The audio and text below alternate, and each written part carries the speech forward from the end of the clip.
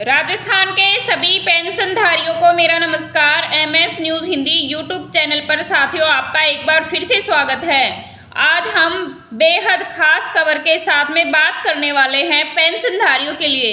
19 नवंबर से पेंशन के नियम भी बदलेंगे, वृद्धि भी होगी। पेंशन में 4,000 से 5,000 के बीच में पेंशनधारियों की जो पेंशन है उसमें बढ़ोतरी होने वाली है। वृद्धा पेंशन के लिए बहुत ही खास खबर है, दिव्यांग के लिए भी अब सभी की बंदेगी पेंशन, कोई भी पात्र व्यक्ति वंचित नहीं रहेगा पेंशन से, सबको पेंशन मिलेगी। तो वीडियो के माध्यम से हम जानेंगे कि किस किस को पेंशन मिलेगी, किस किस को नहीं मिलेगी, किसकी पेंशन बढ़ोतरी होगी। तो वीडियो में बने रहें। अभी तक आपने हमारे चैनल को सब्सक्राइब नहीं किया है तो MS news Hindi YouTube channel को सब्सक्राइब करना बिल्कुल भी ना भूलें। पेंशन धारकों के लिए बड़ी खुशखबरी है, अब घर बैठे ही बन जाएगा जीवित प्रमाण पत्र। जानिए कैसे। पेंशनधारियों को मैं बता दूं कि जो अभी सत्यापन चल रहा है, जीवित प्रमाण पत्र वृद्धजनों के लिए बन रहा है, उनको बाहर जाने या घूमने की कोई ज़रूरत नहीं है। वीडियो के माध्यम से जानेंगे कि कैसे बनेगा जीवित प्रमाण पत्र। सिर्फ 70 रुपये खर्च करने होंगे। कितने? 70 रुपये खर्च करने होंगे वृद्ध पेंशनजनों को। डाक विभाग की यह घर घर जीवित प्रमाण पत्र सेवा पूरी तरह से डिजिटल है। इसके लिए पेंशन धारकों को डाकघर में सिर्फ 70 रुपये शुल्क देना होगा।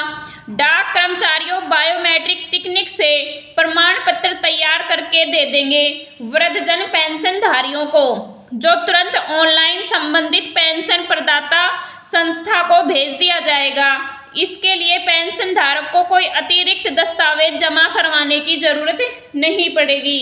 तो मैं वृद्धजनों को बता दूं कि आपको अपने गांव या शहर के पोस्ट विभाग में जाना पड़ेगा और वहां पर डाक में जाके 70 रुपये दे के अपना प्रमाण पत्र जमा करवाना होगा या बनवा के लाना होगा।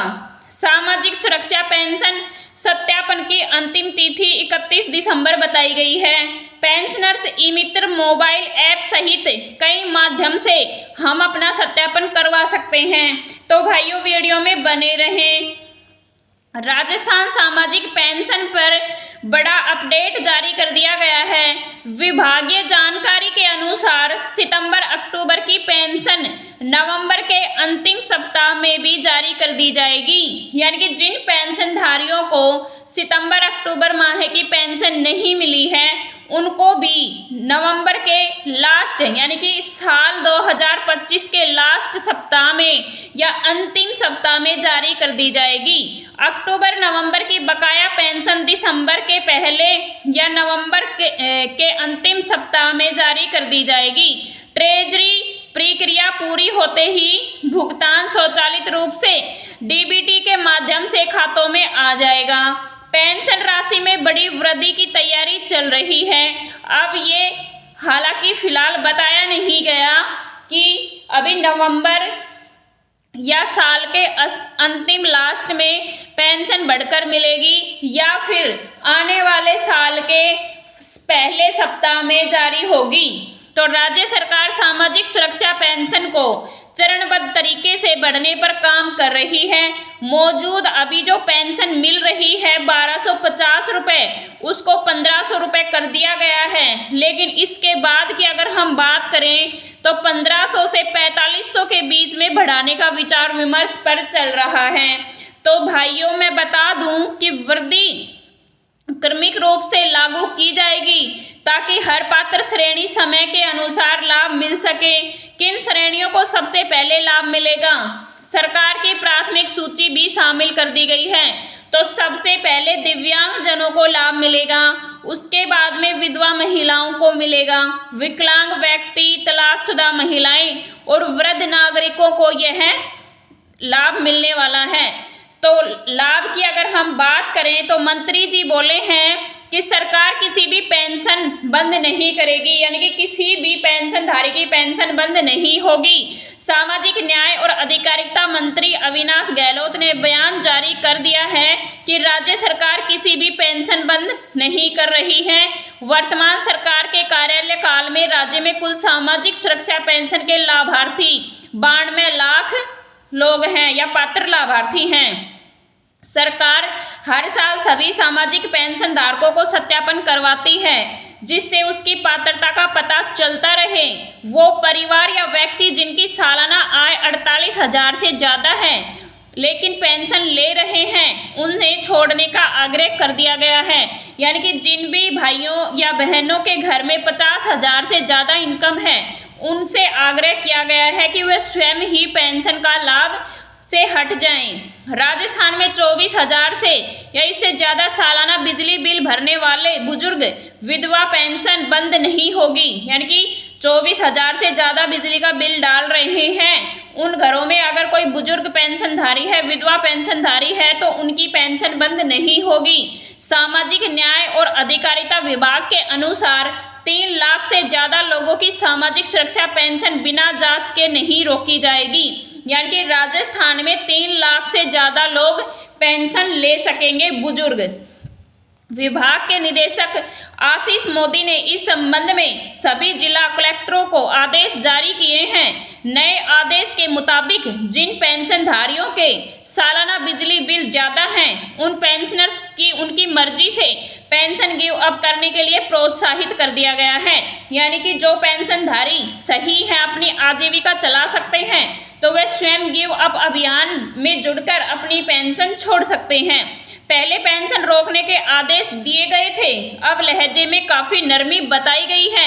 सामाजिक न्याय और अधिकारिता विभाग ने 9 अक्टूबर को आदेश जारी कर दिया है कि 24,000 से ज़्यादा सालाना बिजली बिल भरने वाले 3,02,000 पेंशन लाभार्थियों को नोटिस जारी कर उनकी आय की गहराई से जांच करवाने के लिए पूरी जांच होने पर पेंशन का भुगतान रोकने के आदेश दिए जाएंगे। विभाग के निदेशक की तरफ से सभी कलेक्टरों को जारी चिट्ठी सामाजिक सुरक्षा पेंशन मंजूर करने वाले अधिकारी के स्तर पर पेंशन लाभार्थियों को नोटिस जारी कर उनके पेंशन के लिए आय पात्रता की गहराई से जांच के लिए बोला गया है। लेकिन मैं बता दूं, अब नए आदेशों की भाषा में लहजे में काफ़ी नरमी बरताई गई है। ज़्यादा आय वालों से गिव अप का आग्रह करने के लिए कहा गया है। अगर हम योजना की बात करें तो योजना में सभी पेंशनधारियों के बारे में बात करेंगे। मुख्यमंत्री वृद्धजन सम्मान पेंशन योजना की पात्रता के बारे में अगर हम बात करें तो 48,000 तक की सालाना आय वाले ही पात्र होंगे। मुख्यमंत्री एकल नारी सम्मान पेंशन योजना में परिवार की सालाना आय 48,000 ही होनी चाहिए। मुख्यमंत्री विशेष योगदान सम्मान पेंशन की अगर हम बात करें तो परिवार की सालाना आय 60,000 होनी चाहिए। मुख्यमंत्री लघु सीमांत कृषक सम्मान पेंशन के बारे में अगर हम बात करें तो सिंचित असिंचित जमीन सीमांत किसानों की सीमा से ज़्यादा नहीं होनी चाहिए। इंदिरा गांधी राष्ट्रीय वृद्धा पेंशन योजना केंद्रीय सूची के बीपीएल ही पात्र होंगे। यानी कि केंद्र में बीपीएल पात्र होने चाहिए। इंदिरा गांधी राष्ट्रीय विधवा पेंशन योजना केंद्रीय सूची बीपीएल कार्ड में शामिल होने चाहिए। इंदिरा गांधी राष्ट्रीय विकलांग पेंशन योजना तो विकलांग की अगर हम बात करें तो वो भी बीपीएल में होने चाहिए। अब हम बात करेंगे पेंशन पोर्टल की मदद कैसे लें। तो प्रभारी ने बताया है कि इन दोनों माध्यमों से किसी भी पेंशनर्स का वार्षिक भौतिक सत्यापन नहीं होने की स्थिति में पेंशनर की संबंधित पेंशन स्वीकृतिकर्ता उपखंड अधिकारी अथवा विकास अधिकारी pension portal SSP Rajasthan government in पर लॉगिन कर संबंधित पेंशनर्स का पीपीओ नंबर दर्ज करें। उक्त पेंशन के रजिस्टर मोबाइल पर प्राप्त हो जाएगा ओटीपी के आधार पर भौतिक सत्यापन किया जा सकेगा। यानी कि आप अपना मोबाइल नंबर जरूर ओटीपी से आधार से लिंक रखें।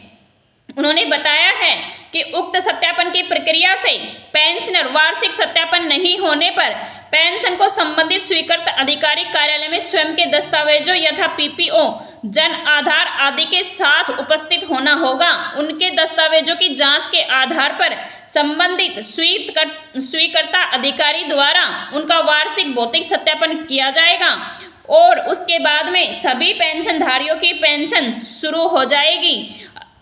लेकिन पेंशनधारियों को मैं एक और बात बता दूं कि 31 दिसंबर से पहले अपना सत्यापन जरूर करवाएं, नहीं तो आपकी पेंशन रुक सकती है।